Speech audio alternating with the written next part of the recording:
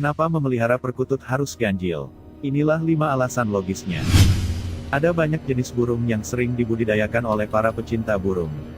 Di antara jenis-jenis burung tersebut, perkutut adalah salah satu yang paling banyak diminati, terutama oleh kalangan pehobi yang latar belakangnya berasal dari suku Jawa.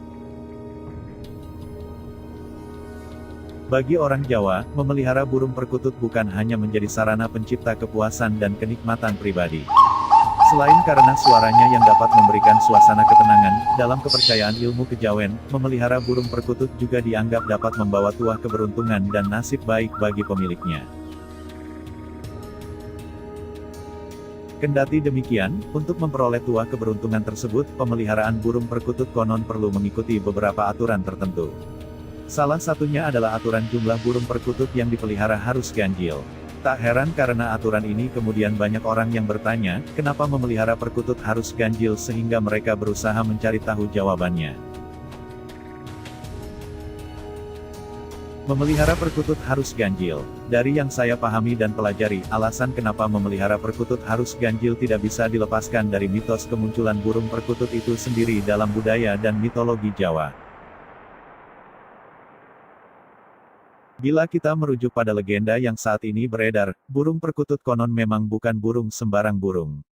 Ia diyakini adalah burung jelmaan dari seorang ksatria kalangan ningrat kerajaan Majapahit yang bernama Joko Mangu. Asal-usul burung perkutut.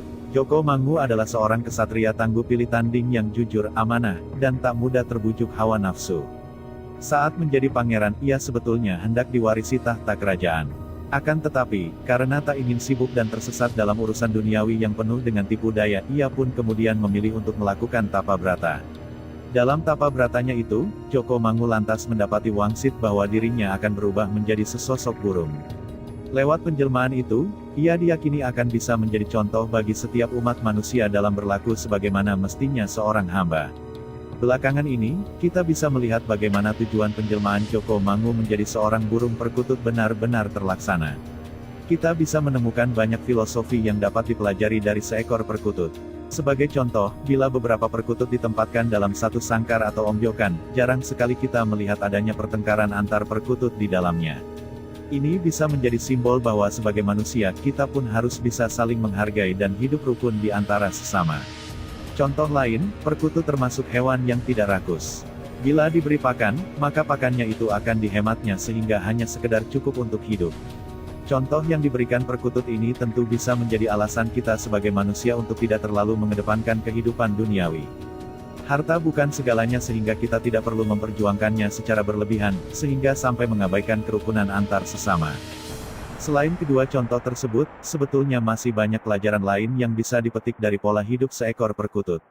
Adapun berkaitan dengan pertanyaan mengenai alasan kenapa memelihara perkutut harus ganjil dapat dijawab dengan semua nilai filosofis yang terdapat dalam burung perkutut itu sendiri.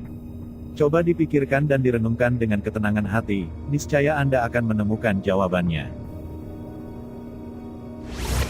Mitos keberuntungan memelihara perkutut. Terlepas dari mitologi dan legenda asal-usul kemunculan burung perkutut, berkembang pula beberapa mitos yang menyebutkan bahwa memelihara burung perkutut bisa mendatangkan banyak keberuntungan.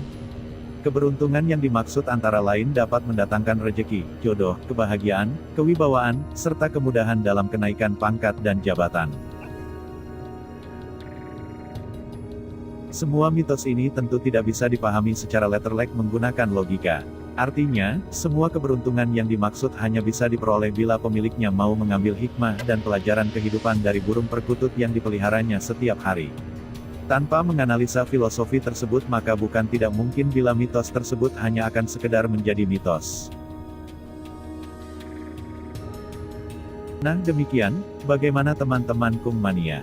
Mungkin itulah sedikit penjelasan yang dapat kami sampaikan terkait alasan kenapa memelihara perkutut harus ganjil beserta beberapa mitos yang berkaitan. Semoga bisa menjadi pembelajaran bagi kita semua untuk dapat terus melakukan kebaikan-kebaikan dalam hidup. Semoga video ini bermanfaat bagi para pecinta burung perkutut, khususnya wilayah negara Indonesia tercinta, dan terima kasih yang sudah klik video ini. Tapi jangan lupa teman-teman, bagi yang belum subscribe, silahkan tekan tombol subscribe-nya, like, komen dan share ke media sosial yang kalian punya. Sampai jumpa kembali pada video-video berikutnya. Salam aktivitas bahagia.